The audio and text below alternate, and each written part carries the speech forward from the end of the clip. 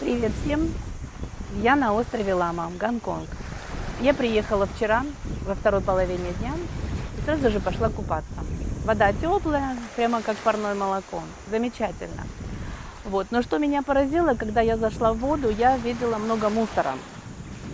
Ну, думаю, ладно.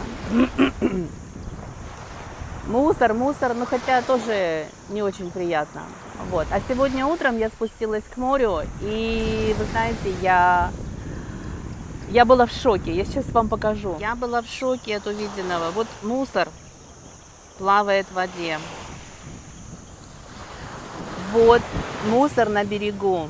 Вот бутылки, те самые, которых я видела в видео, что они валяются. Но вот честно, знаете, сколько я была на разных морях, океанах, но вот такого вот, я честно говорю, я не видела. Я, ну, просто в шоке, ребята.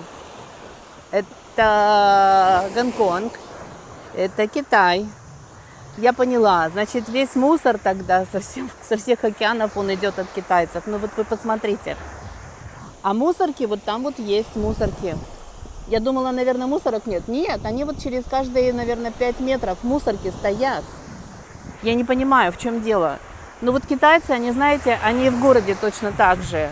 Они, хотя мусорки стоят, они почему-то не выбрасывают мусор. Я не знаю, почему. Ну что, я вам показала, теперь я пошла собирать. Ну как-то, ну нехорошо это. Пойду собирать мусор. Ну вот рыбка дохлая, ну да ладно, рыбка дохлая. Мало ли там она чего умерла. Ну, наверное, от этого мусора. Вы знаете, как-то, ну, обидно прямо. Прямо обидно. Пенопласт вот тут вот. Ой. Вот трудно, да, трудно дойти.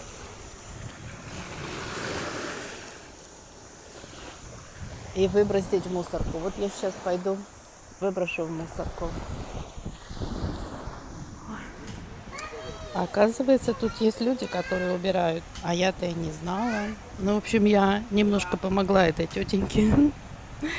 Ну, хорошо. Теперь я рада.